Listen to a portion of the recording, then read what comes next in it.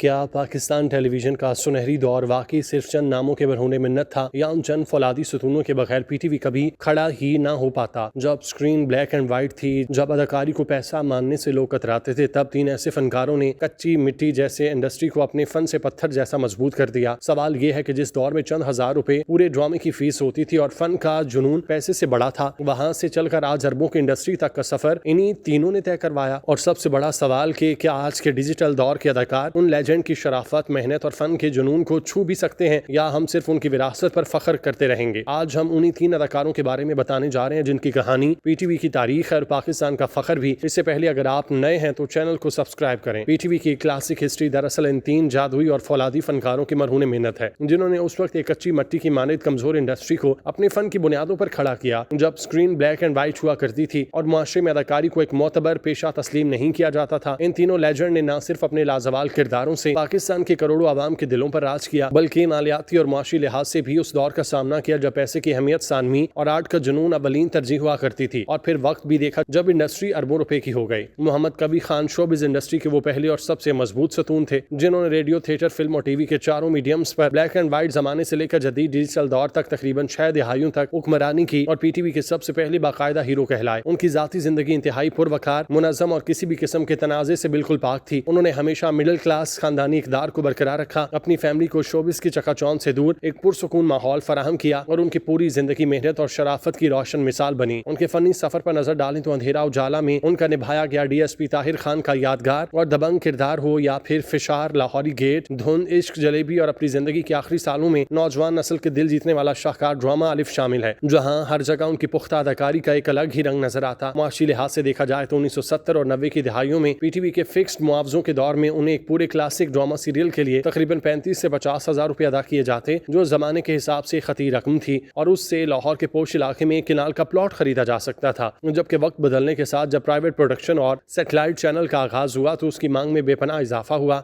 और अपनी वफात से कबल आखिरी चंद सालों में वो जदीद ड्रामों के लिए 1.5 लाख से 2.5 लाख रुपए फी किस्त तक का भारी मुआवजा वसूल कर रहे थे। कबीर खान ने अपने तवील तरीन करियर के दौरान फिल्म प्रोडक्शन और दीगर कारोबारी मंसूबों में भी सरमायाकारी की, जिसकी बदौलत उनकी वफात के वक्त उनकी मजमूई फर्जी और तखमीनी नेटवर्क तकरीबन 60 करोड़ रुपए के लगभग थी, जिसमें लाहौर में उनका जाती रिहायशी घर, post, commercial properties, bank balance और मुख्तलिफ चैनल से मिलने वाले लाइफ टाइम रॉयल्टी के एहसास से शामिल थे। उस सुनहरी दौर का दूसरा लाजवाल और चमकता हुआ सुतून काजी वाजिद थे, जिनकी स्क्रीन पर मौजूदगी ही पूरे माहौल को जिंदगी, शगुफ्तगी और तवानाई से भर देती और जिन्हें इंडस्ट्री के लोग उनके फन की पुख्तगी की वजह से चलती फिरती एकेडमी पुकारते। काजी वाजिद की जाती जिंदगी कराची की गलियों, वहाँ के सकाफती सरगर्मियों, चाय के होटल्स और थिएटर की रौनकों से जुड़ी थी। वो इंतहाई सादा, मिलनसार, आजिज और मिडिल क्लास ज़हनियत के मालिक इंसान थे, जिन्होंने कभी भी दौलत की हवस नहीं की, बल्कि हमेशा सच्चे आर्ट को तरजीह दी और लोगों में खुशियां बांटी। उनके फनी करियर के शाहकारों पर नजर दौड़ाएं तो खुदा की बस्ती का वो गलियों में घूमने वाला आवारा लड़का राजा, जिसने उन्हें मुल्कगीर शोहरत की बुलंदियों पर पहुंचाया, और फिर हसीना मोइन के लिखे लाजवाल ड्रामे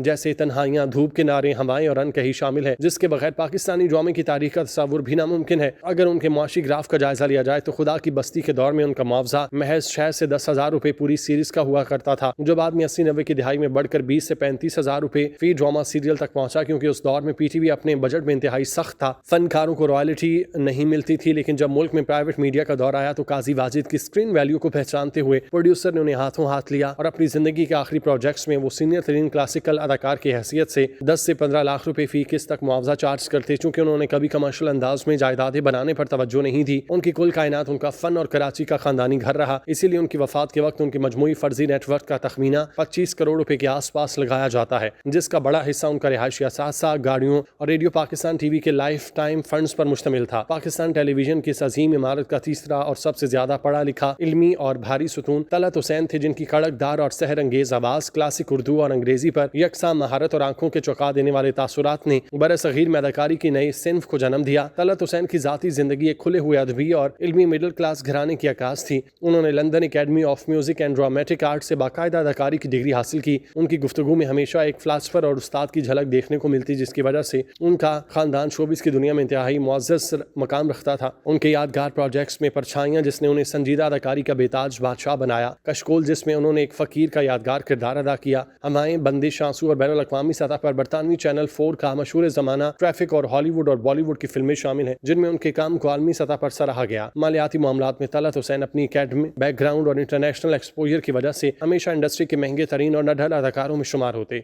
80 और 90 के दौर में जब आम अदाकारों को चंद हजार मिलते, वो पीटीवी से क्लासिक ड्रामे का खुसूसी तौर पर 50,000 से लेकर 80,000 रुपए तक मुआवजा वसूल करते, जबकि बढ़ती उम्र और शदीद अदालत के बायस मौत से कबल के सालों में उन्होंने काम बहुत महदूद कर दिया था। मगर उस आखिरी दौर में उनका मुआवजा जदीद प्राइवेट चैनल से 30 लाख से 45 लाख रुपए फी किस्त तक पहुंच चुका था, क्योंकि उनका नाम ही किसी प्रोजेक्ट को ब्रांड बनाता। तलत हुसैन ने अदाकारी के अलावा national academy of performing art में बतौर उस्ताद तवील खिदमत सर अंजाम दी और बैनुल अक़वामी फिल्मों से डॉलर में रॉयल्टी कमाई, जिसकी बदौलत उनकी वफात के वक्त उनकी मजमूई फर्जी नेटवर्क का तखमीना 45 करोड़ रुपए के लगभग था, जिसमें कराची का पोश बंगला, गाड़ी, किताबों का नायाब जखीरा और बैनुल अक़वामी असासे थे। पीटीवी का सुनहरी दौर महज ड्रामों का दौर नहीं था, वो एक तहजीब, सोच और एक ऐसे पाकिस्तान की झलक था जहां फन को फन की खातिर सराहा जाता। ब्लैक एंड व्हाइट स्क्रीन, सादा सेट और महदूद वसाइल के बावजूद वो अदाकारी आज भी दिलों पर राज करती है, क्योंकि उसमें बनावट नहीं सच्चाई थी। मोहम्मद कबीर खान, काजी वाजिद, तलत हुसैन और उन जैसे लाजवाल लातादाद नामों ने अपनी आवाज, लहजे और किरदारों से नस्लों को जोड़ा। वक्त बदला, चैनल बढ़े, रंगीन स्क्रीन आई, मगर वो खुलूस, वो अदब, वो असर आज भी नाकाबिल फरामोश है। शायद आज के तेज रफ्तार दुनिया में हम उस दौर को वापस ना ला सकें, लेकिन उनकी यादें हमेशा याद दिलाती हैं कि असल फन कभी पुराना नहीं होता, वो हमेशा जिंदा रहता है। और उस दिल में जो कहानी सुनाता है और उस आंख में जो सच को पहचान लेती है, यही पीटीवी की असल विरासत है और यही उसका लाजवाल फख्र।